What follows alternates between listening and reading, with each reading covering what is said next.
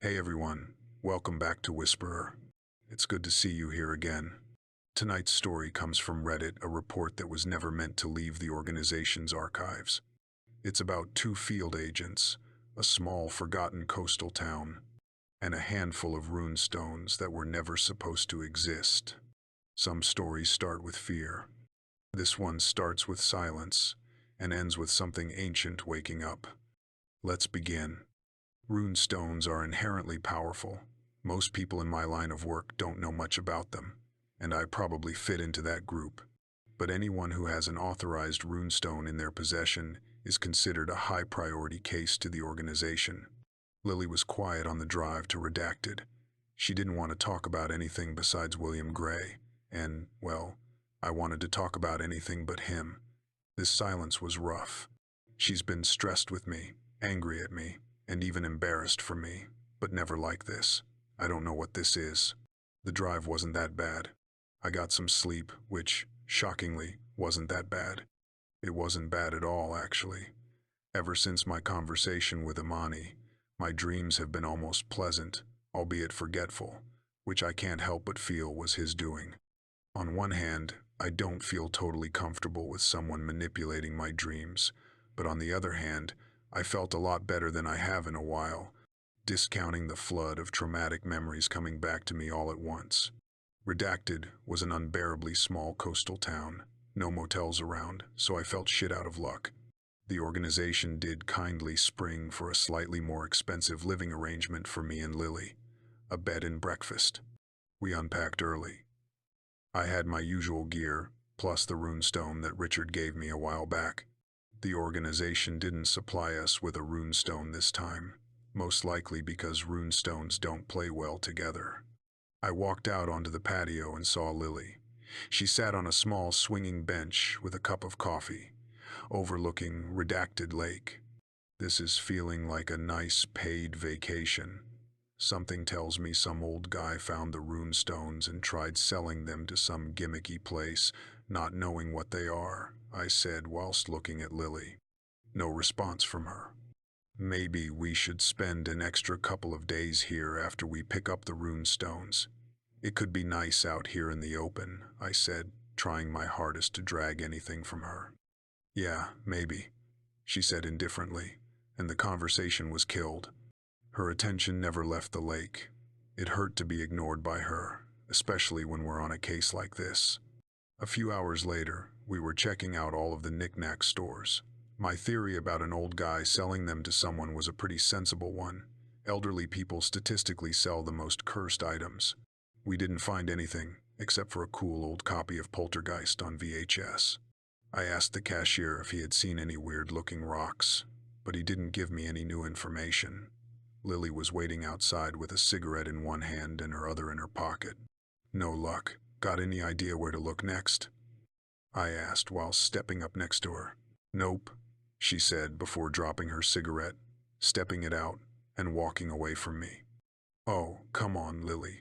Can you at least work with me and be upset later? I need your help, I begged, but she only continued to walk down the main street. I ran after her, and after a few more stores, we still didn't find anything. The sun was going to set soon, and we had a better chance of finding the stones during daylight hours. It's not that they're more dangerous late at night, just that we didn't know what they were or what they could do, way too many variables. Eventually, we found ourselves at the local diner, like we always do. Lily had ordered an uncharacteristically expensive meal, steak with a side of salad, chips, and a steak sandwich. I went for eggs, toast, and beans with a cup of coffee. Double steak, bold choice, I said awkwardly. She only gave me a smile. This was beginning to frustrate me. Okay, Lily, I'm sick of this. Please just talk to me. Why are you walling me out all of a sudden? I asked with a bit more desperation than I wanted to. Me? Walling you out? She scoffed.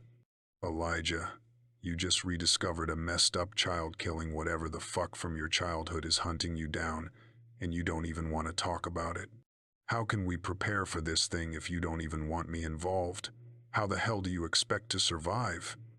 She shouted out. The cutlery in my hands began to shake, and so did the cup next to me.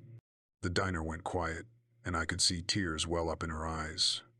Elijah, I don't think you have stepped out of your shoes and thought about what it's like in mine, but I don't choose to do this. I don't get paid for it. This isn't a job. It's service. I don't enjoy much of my life, but the parts I do enjoy are the cases with you. You're close to being my only friend in the organization, and I don't really have the opportunity to meet people outside of it. Lily, I'm sorry. I didn't realize. Just shut up, Elijah. She cut me off and placed her face in her palms.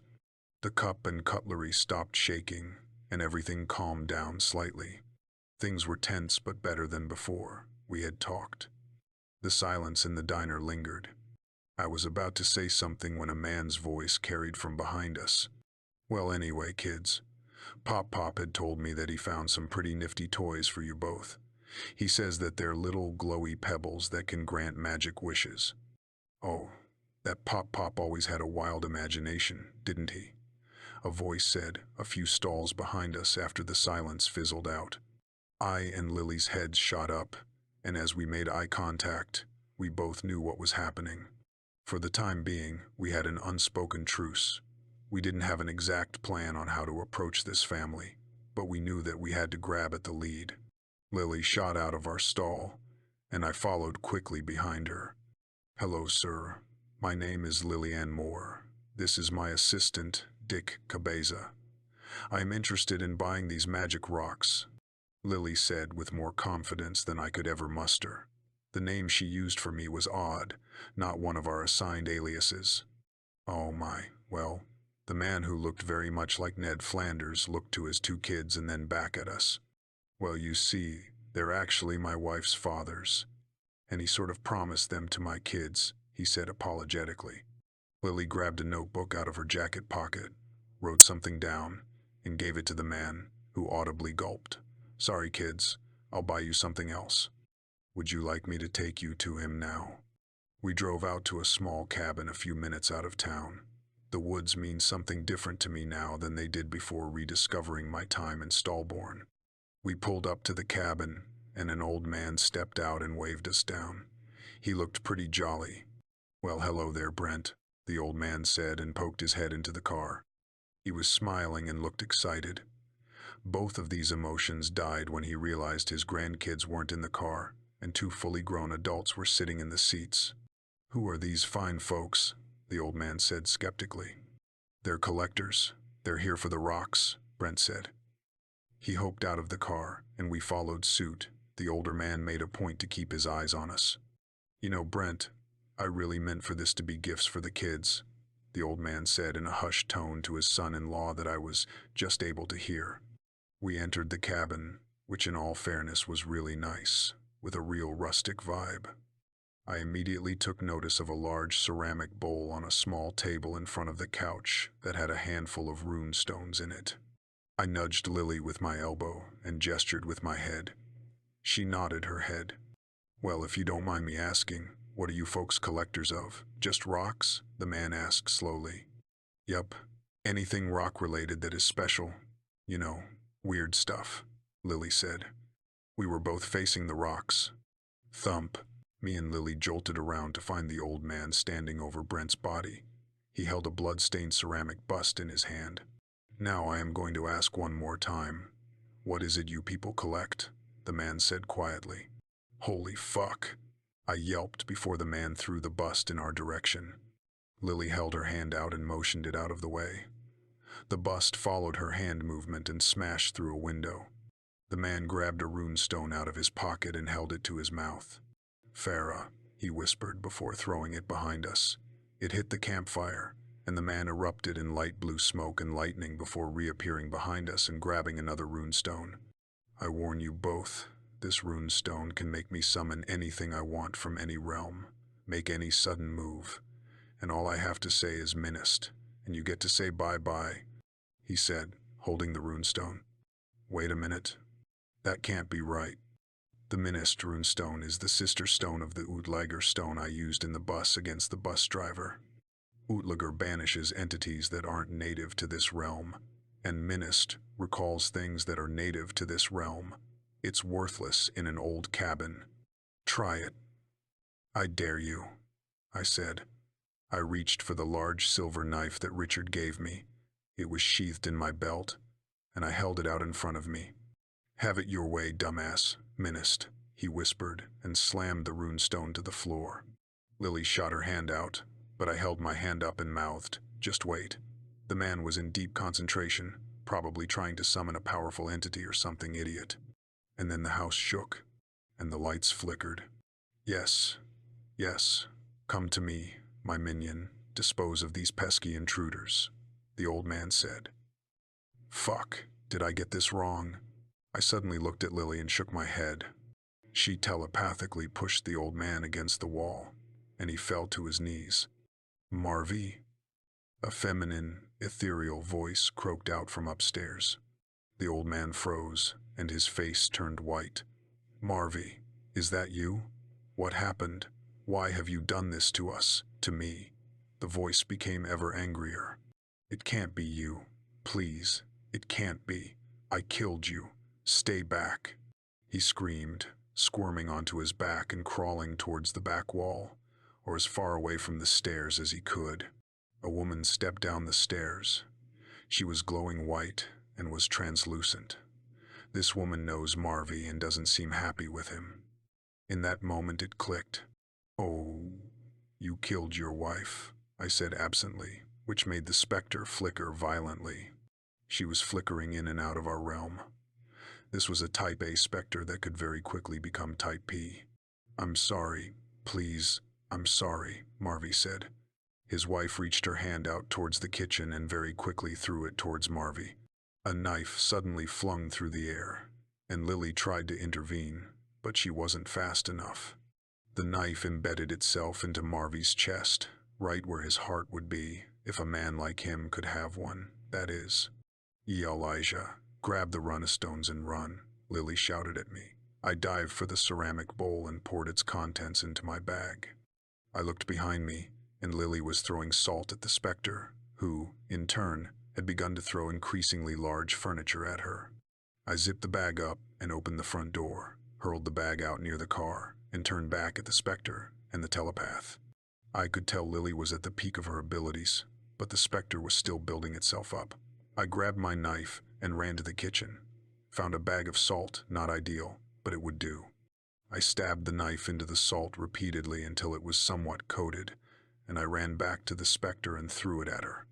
It stopped her for a moment, and that's all that I needed. Judge thou, O Lord, them that wrong me. Overthrow them that fight against me. I shouted, and the specter began to scream in pain. Let them be confounded and ashamed that seek after my soul. Let them be turned back and be confounded that devise evil against me.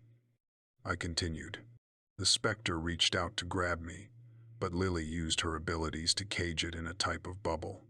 Let them become as dust before the wind, and let the angel of the Lord straighten them. I finished.